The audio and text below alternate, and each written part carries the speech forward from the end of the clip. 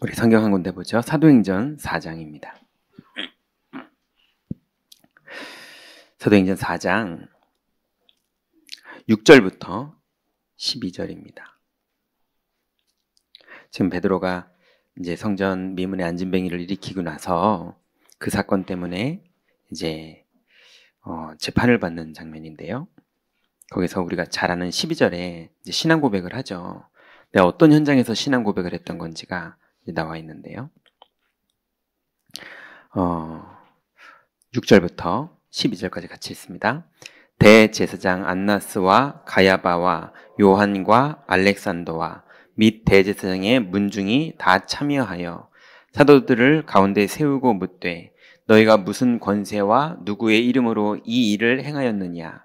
이에 베드로가 성령이 충만하여 이르되 백성들의 관리들과 장로들아 만일 병자에게 행한 착한 일에 대하여 이 사람이 어떻게 구원을 받았냐고 오늘 우리에게 질문한다면 너희와 모든 이스라엘 백성들은 알라. 너희가 십자가에 못 박고 하나님이 죽은 자 가운데서 살리신 나사렛 예수 그리스도의 이름으로 이 사람이 건강하게 되어 너희 앞에 섰느니라. 이 예수는 너희의 건축자들의 버린 돌로서 집 모퉁이의 머릿돌이 되었느니라. 다른 이로서는 구원을 받을 수 없나니 천하 사람 중에 구원을 받을 만한 다른 이름을 우리에게 주신 일이 없음이라 하였더라. 아멘. 자, 우리가 이 구절을 읽으면서 베드로는 그렇게 신앙 고백했구나 뭐 이렇게 생각하죠. 근데 사실은 베드로가 엄청난 응답을 받을 수밖에 없었던 아주 전환점이 되는 키포인트가 이 사건에 있었어요. 예, 우리가 조금 이따가 성경을 한번 확인해 볼게요. 오늘 제목은 나는 무엇으로 지금 행복하고 있는가?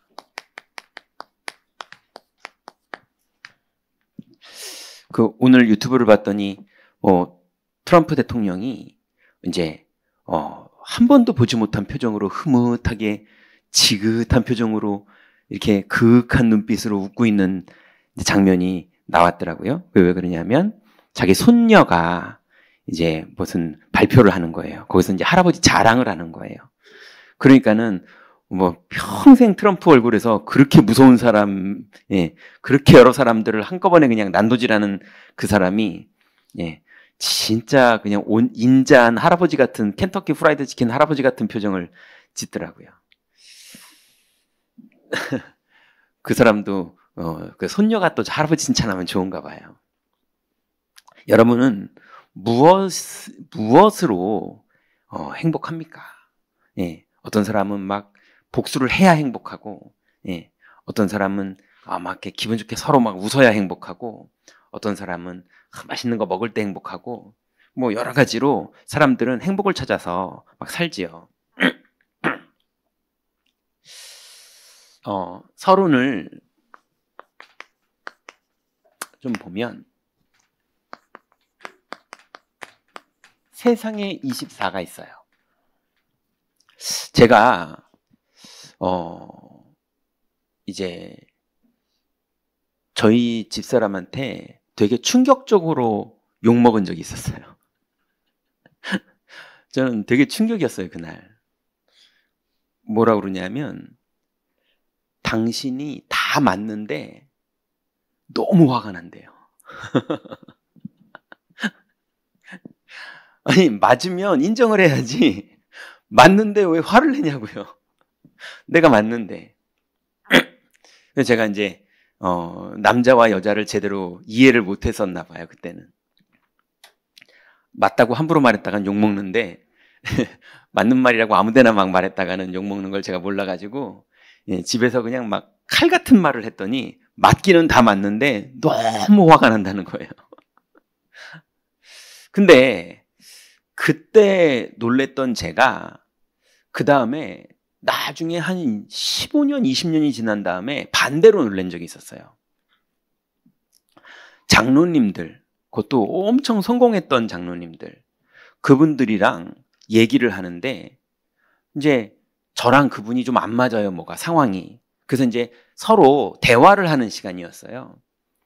근데 저도 이제 별로 마음이 편하진 않았지만 이제 웃으면서 최대한 존중하면서 웃으면서 그렇지만 하고 싶은 얘기들을 이제 인격적으로는 배려하되 날카롭게 이제 포인트를 잡아서 얘기를 신경 바짝 써서 얘기를 하는데 그 장로님하고 대화를 하는데 이분도 저를 되게 존중해 주시면서 목사님께서 막 이러면서 저보다 나이도 선배시고 막 인생도 성공해 보셨고 이런 분인데 겸손하게 낮은 마음으로 저를 막 배려해 주면서 얘기를 하는데 제 말이 씨알도 안 먹히는 거예요. 제가 안 돼요. 근데 안 되는 방법이 뭐냐면요. 합리적으로 제가 내가 틀렸구나 이렇게 돼서 안 되는 게 아니고 야, 말이 안 통하는구나. 이 사람 다 알아들었는데 생각을 안 바꾸는구나. 이래서 제가 졌어요. 그래서 제가 그때 처음 알았어요. 언뜻은 알고 있었는데 그때 처음 알았어요. 저는 저희 집사람하고 말할 때 말의 용도가 뭐였냐면 옳은지 그른지를 합리적으로 따지는 도구였어요. 내 말과 그 사람의 말을 서로 주장을 들어보고 합리적으로 뭐가 맞는지를 가늠해봐서 내가 틀리면 받아들이고 이러는 도구였다고요. 근데 저 사람은 말은 맞다고 인정하지만 감정적으로 싫은 거구나. 이제 그 정도로 이해를 했는데 아니 이분하고 얘기할 때는요. 말이 도구일 뿐이에요. 이미 뜻은 정해졌어요. 그래서 말의 사용법이 뭐냐? 내 뜻을 이루기 위한 방법일 뿐이지 맞냐 틀리냐 옳으냐 그르냐 뭐가 더 맞냐 뭐가 더 손해냐 이런 거를 가늠하는 도구가 아니에요. 그러니까요. 대화라는 걸 이렇게 사용하는 세상도 있구나라는 걸 그때 처음 알았어요. 그때 그분이랑 그 이후로부터는 그분이랑 대화 안 해요. 아니 말이야 많이 하죠. 장로님은 저랑 친하잖아요. 그러기도 하고 막 팔짱도 제가 끼고 막 가끔 어깨 동무도 하고 또 생일 있으면 선물도 보내드리고 다 하지만 그분하고는 대화는 안 되는 거구나 하고 딱 선이 거버리더라고요.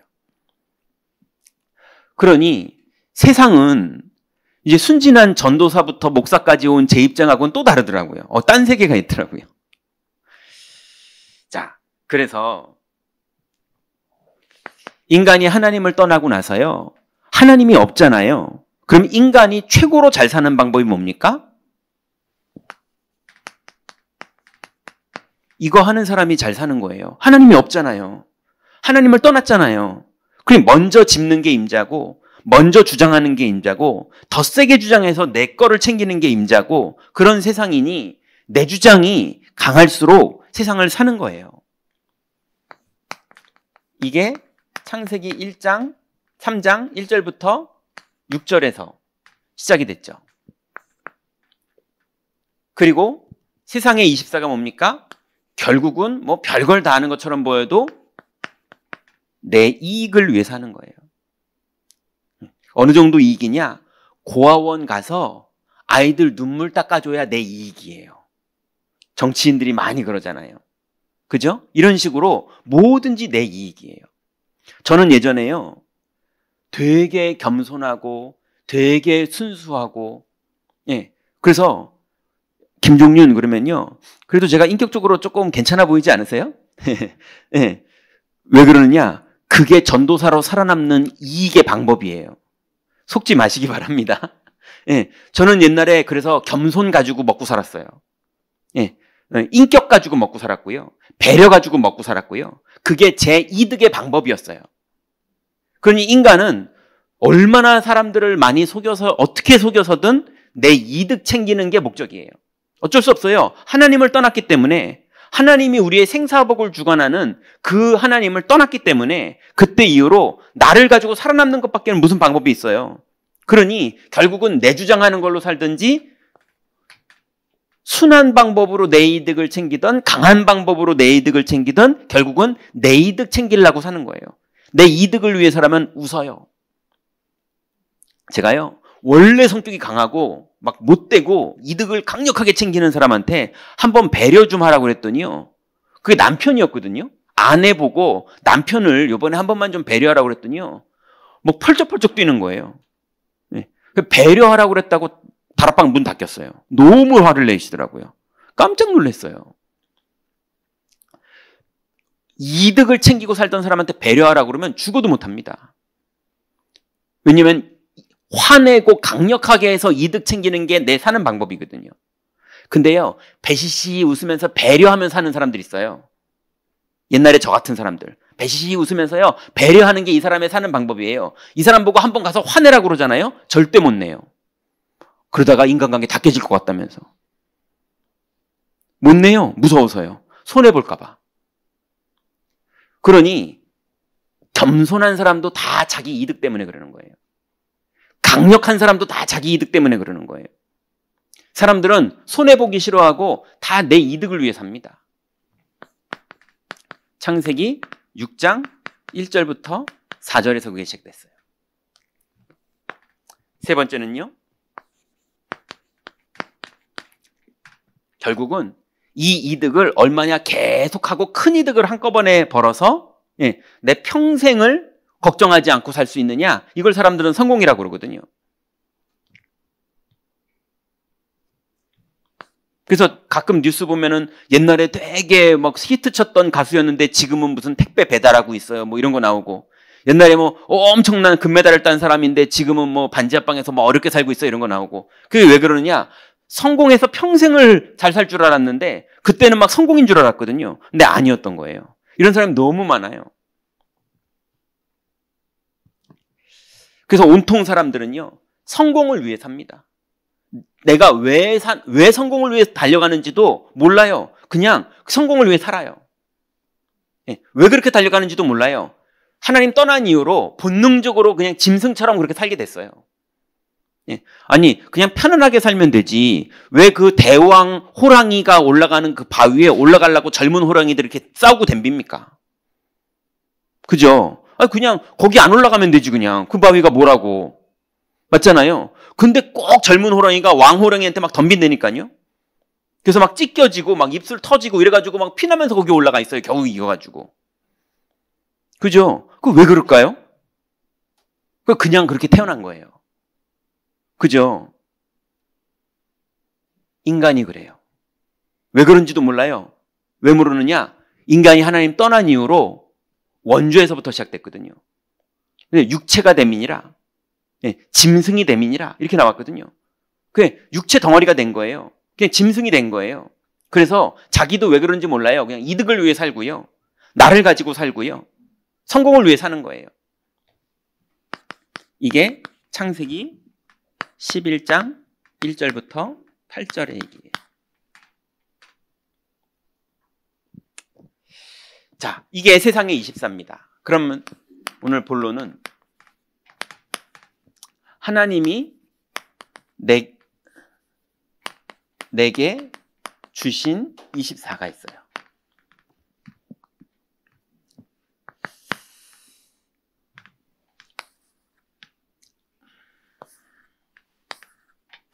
여러분, 나의 오직이 나와야 됩니다.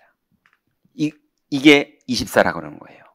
여러분, 24가 나오면요, 사람이 행복해집니다. 제가 제일 부러웠던 사람 중에 한 명이 누구냐면요, 여러분 혹시 오타쿠라고 아세요? 예. 일본 애니메이션 같은 거 좋아해가지고, 제가 봤던 사람은 어떤 사람이었냐면, 직장에서요, IT 쪽에서 일하는데 돈을 많이 벌어요. 그래가지고 돈을 많이 벌어가지고요, 일본 가가지고요, 휴가 때 일본 가가지고요, 그 여자 그림 그려져 있는 베개 사오더라고요. 사람 키만한. 그래놓고 식탁에다가 건너편에 혼자 살거든요. 건너편에다가 그 베개를 세워놓고 2인분 밥을 차려요. 제가 너무 부러운 거예요. 아니, 왜 그러냐면 저는 마음을 다하고 뜻을 다하고 성품을 다해서 하나님 여호와를 사랑하고 싶어요. 정말 예수에 미치고 싶고, 예전에 청소년 때 진짜 예수에 미치고 싶고, 정말 예수를 믿고 싶고, 정말 예수님을 사랑하고 싶은데 제가 봤더니요, 자꾸 딴 걸 사랑해요. 예, 진짜 딴 걸 자꾸 해요. 그런 거 보니까 진짜 내가 제일 좋아하는 건 뭐지? 그러면 일단 예수는 아니에요. 너무 예수가 좋은데. 예, 이러는 거예요. 제가 그때는 창세기 3장이라는 걸 잘 몰랐거든요. 예, 내가 원죄 기질이라는 걸 잘 몰랐거든요. 근데 오타쿠는요, 진짜 사랑하더라고요. 그래서 제가 부러웠어요. 어쩌면 저 사람은 저게 되냐? 난 안 되는데. 천국이냐 지옥 이런 걸 다 떠나서 아니 평생을 살면서 그거에 그렇게 진짜로 사랑을 평생 하다가 죽을 수 있으면 일단은 지옥은 가겠지만 예, 평생은 살 동안은 기분 좋게 살다가 죽겠네 싶더라고요. 그래서 저는요, 그렇게 예수님을 믿겠다고 그래놓고 아침에 또 딴짓하고, 그렇게 예수님 사랑한다고 그래놓고 또 딴짓하고, 저는 그러고 있더라고요. 그럼 여러분의 오직은 뭡니까? 하나님이 우리에게 주신 나의 오직이 있는데요, 그게 오직 그리스도예요. 여러분, 정말 내 인생에 오직 예수가 그리스도인 게 답니까? 그게 아니어서 계속 문제 오는 거거든요. 예. 근데 아는데도 자꾸 안 되는 거거든요. 렘넌트들과, 여기 이름 렘넌트도 있는데요, 렘넌트들과 우리 1세대 어른들과의 차이가 하나 있습니다. 우리 1세대 어른들은요, 인생 밑바닥을 쳐본 사람들이에요. 결혼했는데 이 인간이 아니고, 돈을 벌어봤는데 이 돈이 내게 아니었고, 예, 성공을 해봤는데 그 성공이 내게 아니었고, 사람을 믿어봤는데 배신당했고, 예, 기다려줘봤고, 예, 사랑해줘봤고, 축하해줘봤는데 아픔이 내한테 왔고, 이런 가만히 있는데 영적 문제가 왔고, 아무것도 잘못한 게 없는데 운명 같은 일이 벌어졌고, 이런 것들을 경험해서 인생의 밑바닥을 다 쳐봤어요. 밑바닥을 쳤는데 불신자 6가지 상태 얘기를 들으니까 귀가 솔깃해졌거든요. 근데 예수가 그리스도라고 그러니까 영접했거든요. 그래서 이 길밖에 없다 이렇게 답이 난 거예요. 왜냐면 밑바닥을 쳐봤으니까. 근데 렘넌트는 밑바닥을 안 치고 그리스도를 믿는 거예요. 얼마나 축복된 겁니까? 근데 우리는 밑바닥을 쳤기 때문에 그리스도를 믿는다기보다는 밑바닥 친 게 너무 확인됐거든요. 그러니까 이 길이 아닌 건 일단 확인됐어요. 그러니까 오직 그리스도이겠지. 이 정도인 경우의 분들도 너무 많아요. 그래서 여러분 인생에 정말로 그리스도가 마귀의 일을 멸해준 게 단지, 죄와 저주를 완전히 끝내준 게 이게 단지, 그리고 하나님 만나는 길을 실제로 나에게 분초마다 매일 열려있는 축복이 얼마나 축복된 건지 이게 진짜 단지, 이거에 대해서 우리가 담나야 돼요. 그러면 오직 그리스도가 믿어지면요, 그러면 성령님이 판단합니다. 아무리 목사를 속이고 뭐 전도사님들을 속이고 장로님들을 속이고 다 속여도요, 성령님은 안 속아요. 예. 이 사람의 기도의 말을 들으시는 게 아니라 이 사람의 기도하는 상태를 보시거든요. 그러니 이 사람이 그리스도를 믿는다. 그러면 그 순간부터 그 시간에 거기에 하나님 나라가 이루어집니다.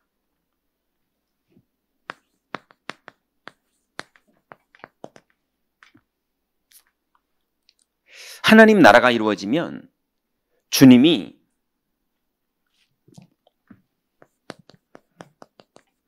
미션을 주세요.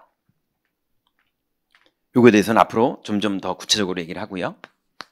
세 번째는요, 그러면 그때 하나님 나라가 이루어져서 하나님이 주신 미션을 딱 붙잡고 여러분의 현장에서 하나님 나라를 기다릴 때 반드시 기다리는 자에게 성령이 임해요. 거의 모든 사람들이 못 기다립니다. 거의 모든 사람들이 못 기다리고 말을 해버리고요, 못 기다리고 사고를 쳐버리고요, 못 기다리고요 행동을 해버리고요, 못 기다리고 낙심을 해버리고요, 못 기다리고 옮겨가버리고요, 다 그래요. 그런데 약속 잡고 기다리는 자에게 반드시 성령이 임하세요. 임하시면 권능받는 거예요. 이게 나의 오직입니다. 대통령도 그 현장에서 이거 해야 되고요.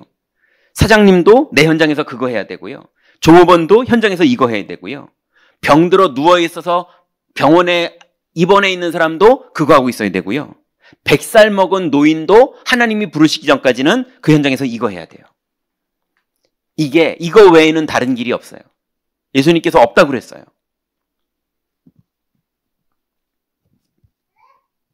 그러면 두 번째로 나의 유일성이 나옵니다. 나의 유일성은 어디서 나오냐면 하나님이 내게 허락하신 나의 현장에서 나와요. 첫 번째 현장이 어디였었느냐? 너희는 이 성을 떠나지 말고, 거기가 현장이었어요. 얼마나 곤란한 성입니까? 예. 이 때가 언젠지 모르겠지만 예수님 부활하시고 나서 만약에 첫날이었으면 지금 4일째 됐던 날이고요. 말하신 날이 예수님 부활하시고 나서 40일 동안 제자들과 함께 하셨는데 40일의 마지막 날 하셨던 말이면 43일 된 날이에요. 최고로 길어봤자 43일이에요. 예. 그러면 43일 정도 된 그날에 예루살렘 분위기는 어땠을까요? 43일 전에, 한 달 반 전에 예수님이 사형당한 동네예요. 그죠? 그 뉴스가 아직도 그대로 생생하게 살아있는 동네라고요.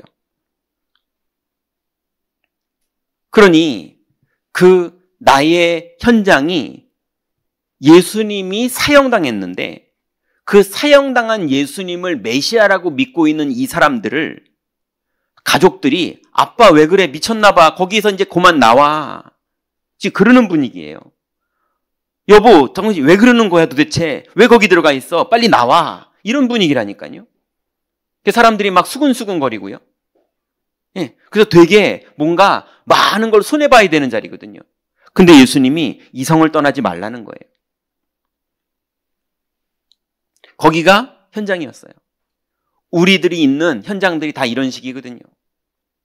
부모님 때문에 고민되고 자녀 때문에 고민되고 가족 때문에 고민되고 내 능력 때문에 고민되고 내 상처 때문에 고민되고 인간관계 때문에 고민되고 내 능력 없음이 고민되고 내 배경 없음이 고민되고 돈 없는 게 고민되고 병 들린 게 고민되고 나이 너무 많이 들어서 고민되고 예, 많은 고민 거기가 우리들의 현장이거든요.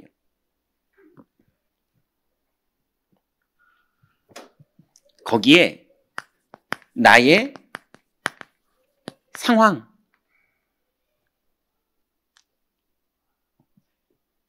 그 상황이 너무 사람들이 이해할 수 없을 만큼 내가 너무 힘들고 내가 너무 힘든 날들을 살아왔고 내가 이럴 수밖에 없고 내 인생이 이렇게 될 수밖에 없고 내가 당장 뭘 하려고 해도 가진 것도 없고 건강도 없고 배경도 없고 지식도 없고 다 이렇게 내 현실은 이래 내 상황이 다 그래 그렇게 생각하잖아요. 근데 예수님은 안 그러셨다니까요. 오직 성령이 너에게 임하시면 이랬거든요. 그러니까 사람들이 믿는다고 다 모였는데 안 믿고 있는 거예요. 예수님의 능력보다 내 무능력이 더 크다고 믿어요. 예수님도 못해 이거는. 이렇게 착각을 하고 있는 거예요.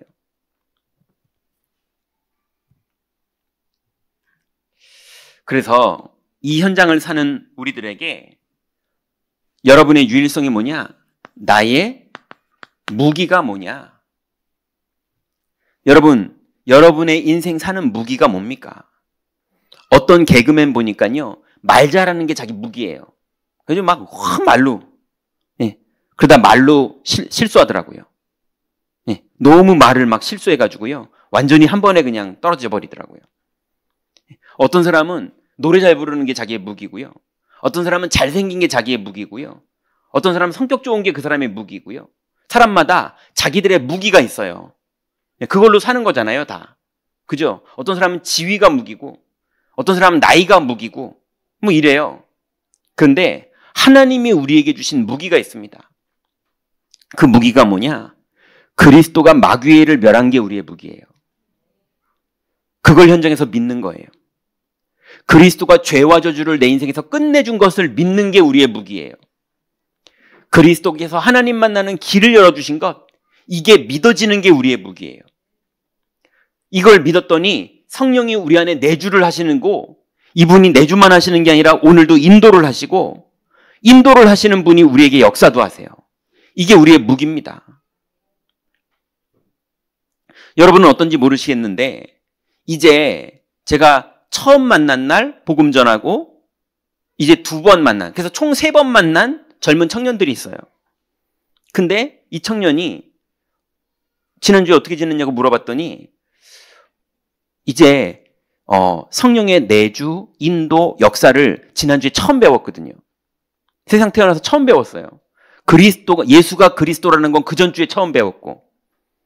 근데 자기가 앉아가지고요, 이제 자기가 이렇게 하는 일이 매장 안에서 이제, 그 손님들이 누구한테 오느냐, 거기 이제 한 20명 정도 이제 사람들이 있는데 누구한테 와서 이제 하느냐, 이건데, 예. 그 자기 직종이 그런 직종이에요.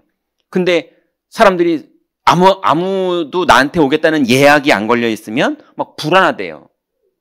그래서 불안하면 뭐 하면 됩니까? 예. 기도했어요. 오늘도 예수는 그리스도이신 줄 믿습니다. 이제 영접한 지 2주 된 사람이, 그리스도는 마귀의 일을 멸하신 줄 믿습니다.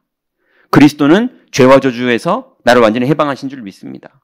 그리스도는 하나님 만나는 길을 여신 줄 믿습니다. 이번 주에 새로 배운 거, 성령이 내주하시는 줄 믿습니다. 성령이 인도하시는 줄 믿습니다. 성령은 역사하시는 줄 믿습니다. 요거밖에 몰라서 세상에서 기독교 관련된 건 요거 딱 6개밖에 몰라요.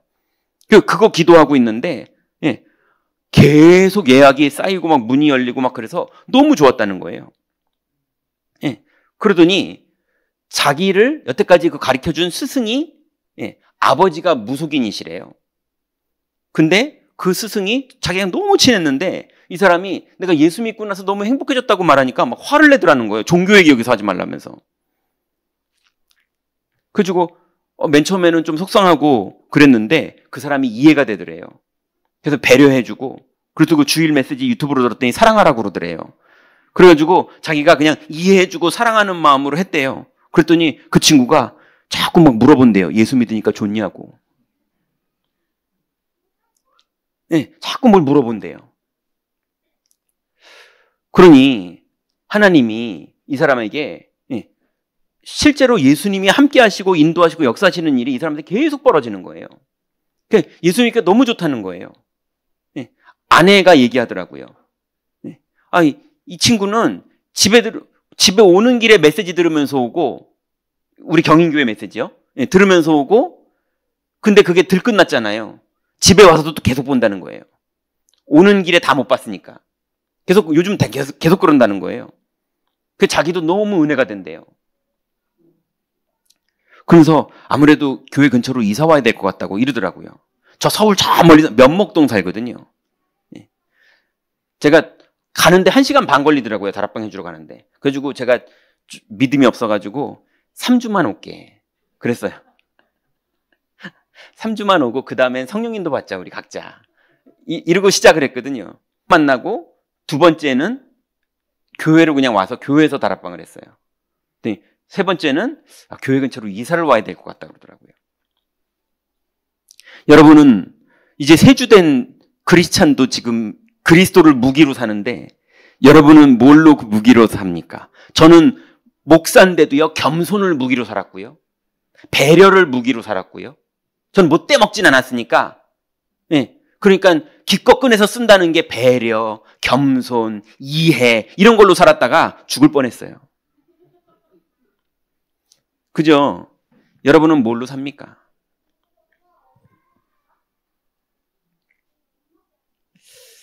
오늘 본문에 보면요, 4장 6절에 보면 대제사장 안나스와 가야바와 요한과 알렉산더와 및 대제사장의 문중이 다 참여하고 있는 데서 베드로를 지금 재판하는 거예요.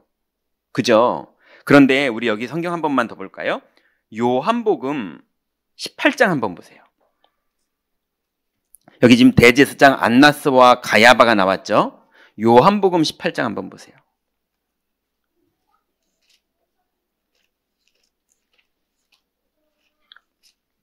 18장 24절. 계속 더 읽으면 더 자세하게 나오긴 하지만 시간이 없으니까요.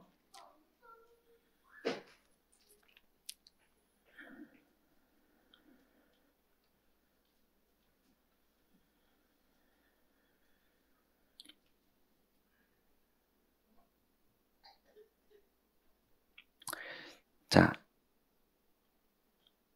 12절, 13절, 14절 먼저. 18장 제가 볼게요.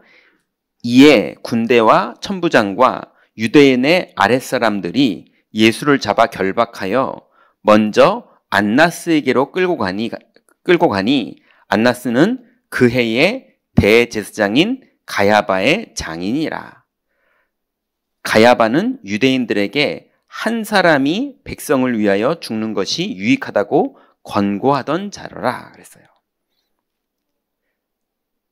그러니까 가야바가 사위고 이 안나스가 장인이에요. 그러니까 강력한 힘 있는 노인이에요. 그리고 그 해의 대제사장인 가야바는 지금 요즘 동네가 예루살렘 분위기가 험하니까 자꾸 사람들이 유대교를 안 따르고 예수를 따르니까 우리 하나를 죽이자. 이렇게 정치를 하던 사람이에요. 그 사람이 드디어 예수를 끌고 간 거예요. 그래서 24절 같이 보죠. 시작. 안나스가 예수를 결박한 그대로 대제사장 가야바에게로 보내니라. 그 뒤에 절 25절부터 27절까지 같이 보세요.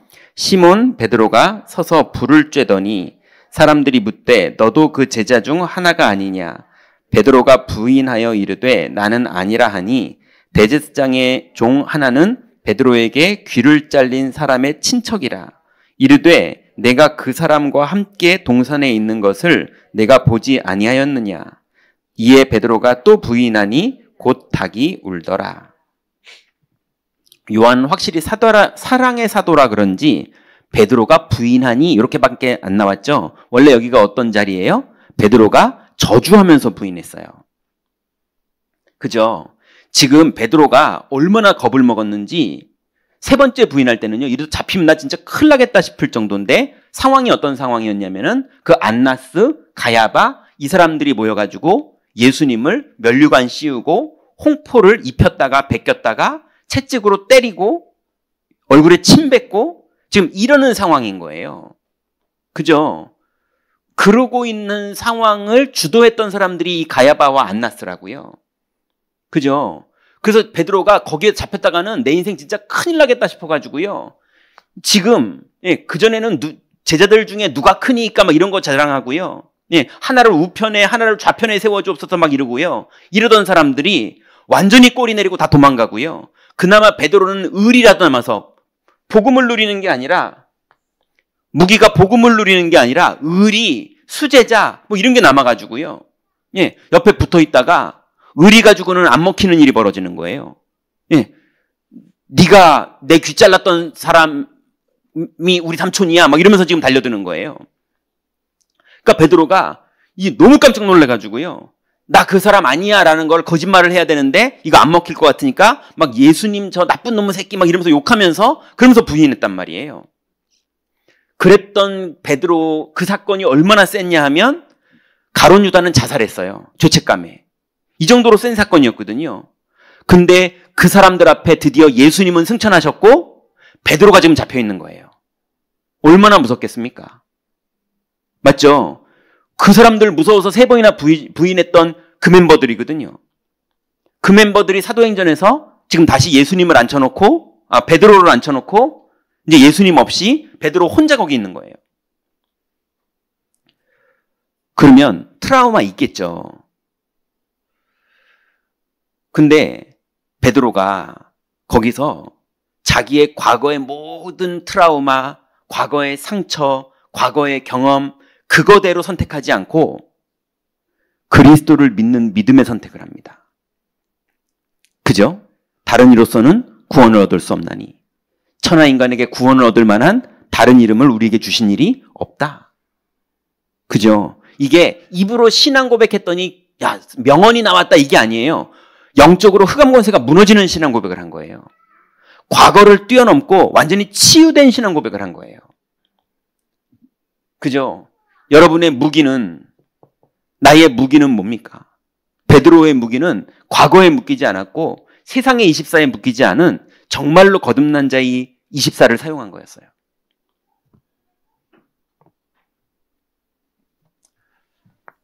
그러면 나의 재창조가 시작됩니다. 드디어 내 인생의 목적이 나와요. 바울은 자기 인생의 목적을 그리스도께 발견되는 것 이렇게 표현했고요. 또 이 복음을 증거함을 위해서는 목숨을 아끼지 않는다고 말했을 정도로 복음을 증거하는 것.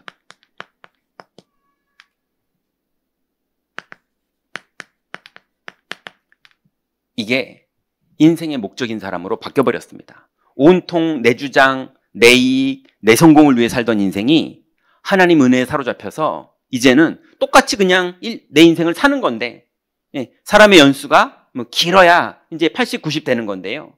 그런데 인생의 목적을 어차피 하루 세끼 밥 먹고 살고 그죠? 어차피 하루 쓰는 돈 뭐 거기서 거기고요. 어차피 사는 집 거기서 거기고요. 이제 먹어봤자 되게 맛있는 것도 이제 별로 없고요. 이제 뭐 해외 다녀봤자 막 되게 좋은 나라도 별로 없고요. 다 거기서 거긴데 그런데 내 인생이 이제는 그 내용이 아직도 노인 됐는데도요. 이거 하고 사느냐. 그래서 어떤 노인분은 뭐 화투에서 졌다고요. 농약 다 먹여서 죽이고 막 이러잖아요. 근데 인생의 방향을 그리스도께 발견되는 것. 그리고 이 그리스도의 비밀을 증거하는 것. 목적이 정해지니까요. 그때부터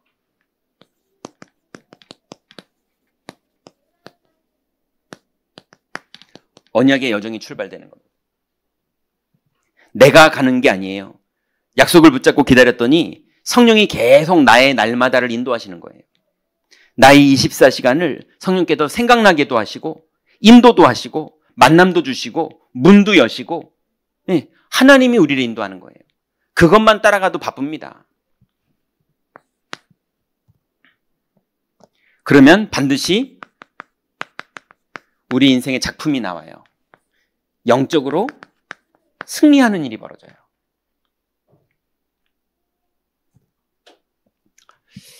결론입니다.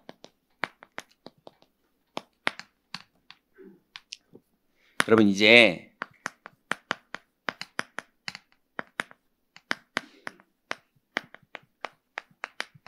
과거를 넘어서세요. 이제 경인교회 분들 또 뭐 어디 다른 데서 오셨던 분들 또 여기저기서 오셨던 분들 보니까 목회자에 대한 상처, 진짜 교회는 그러면 안 돼. 또 그때 또 뭐 동료들과의 갈등, 그래서 막 그 사람들이 막 나 가슴 아픈 말한 거, 뭐 이런 많은 것들, 막 너무 친했던 사람이 떠나간 거, 많은 것들 우리가 다 겪었는데 지금 안 그런 척하고 앉아 있는 거거든요. 그죠? 근데 그게 트라우마가 되면 안 됩니다. 그럼 운명에 갇혀버립니다. 여러분 과거대로 되지 않아요. 그리스도께서 우리와 함께 하시는 이 시간표는 과거와 연결된 시간표가 아닙니다. 이제 새로운 출발이고요. 하나님이 인도하시는 거고요. 하나님의 일이 진행되는 겁니다. 그러니 자꾸 과거 경험, 과거 체험, 과거 경력 이런 거에 자꾸 묶여있지 마세요. 그거하고 아무 상관없이 베드로는 완전 새롭게 시작됐어요. 그래서 과거를 초월하세요. 그러려면 어떻게 하느냐? 과거를 초월하려고 그러면 초월이 안 됩니다. 이게 구약 율법이에요. 과거를 초월하려고 아무리 노력해도 우리 가지고는 그게 안 돼요. 그래서 어떻게 살아야 되느냐? 오늘을 성공하세요.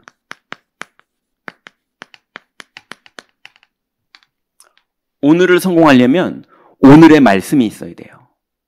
그죠? 그 말씀이 성취될 거니까요. 오늘의 기도 누림이 있어야 돼요. 왜냐하면 기도 누림이 없으면 내 경험대로, 내 과거대로, 내 습관대로, 내 체질대로 갈 거니까요. 그래서 오늘의 전도 이전에 오늘의 간증이 있으셔야 돼요.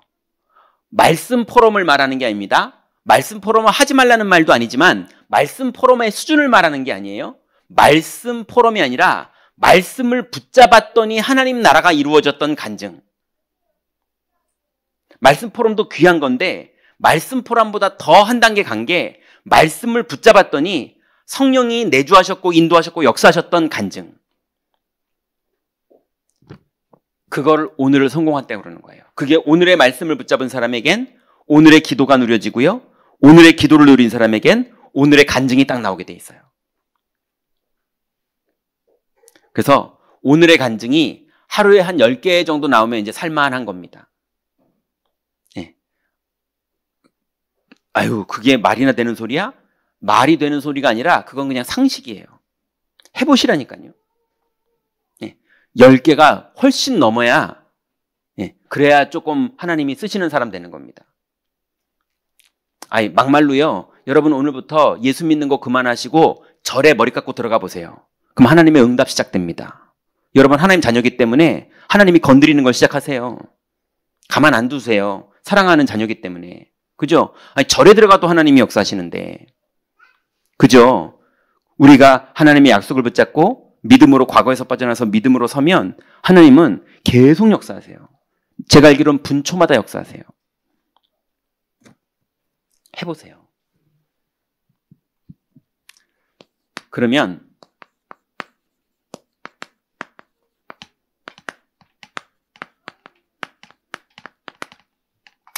미래를 미리 잡으세요. 어떻게 미리 잡느냐? 여러분, 과거를 넘어서고 오늘 하나님의 말씀이 믿어지면 믿어진다는 말 속에는 미래가 들어있어요. 네, 믿어진다, 이 말이 미래형이에요. 그리고 반드시 오늘 믿는 게 미래랑 연결돼요. 그게 보입니다. 네, 그건 말로 설명하는 게 아니라 믿으면 보여요. 여러분, 오늘 우리가 전도학교인데 전도학교는 우리의 영적 상태가 건강하게 복음적으로 회복만 되면 하나님은 기다렸다는 듯이 문을 여세요. 이제 예수 영접한 지 3주밖에 안 된 사람도 문이 열리고 있어요. 당연하게요. 여러분, 현장 속에서 오히려 여러분 예수 믿느라고 가졌던 많은 상처들, 많은 경험들, 많은 방법들, 이 모든 게 오히려 여러분 발목을 붙잡을 수 있어요. 그것이 오히려 발판돼서 그리스도를 믿는 믿음 속으로 들어가는 그 축복 속으로 다 들어가시기 바랍니다. 기도하겠습니다. 하나님 감사합니다. 우리에게 주신 이 귀중한 복음의 비밀을 가지고 하나님, 지금 나는 무엇으로 행복하게 살고 있는지 점검해 보셔서 내가 행복한 것이 그리스도가 되게 하여 주옵소서. 그러므로 하나님 나라를 날마다 모든 시간에 누리게 하시고 하나님 성령이 임하셔서 우리 인생에 은혜를 주시고 치유를 하시고 초월하게 하시고 문을 여시고 역사하시는 그 응답을 실제로 24 누릴 수 있도록 하나님 우리에게 역사하여 주옵소서. 예수 그리스도의 이름으로 기도드렸습니다. 아멘.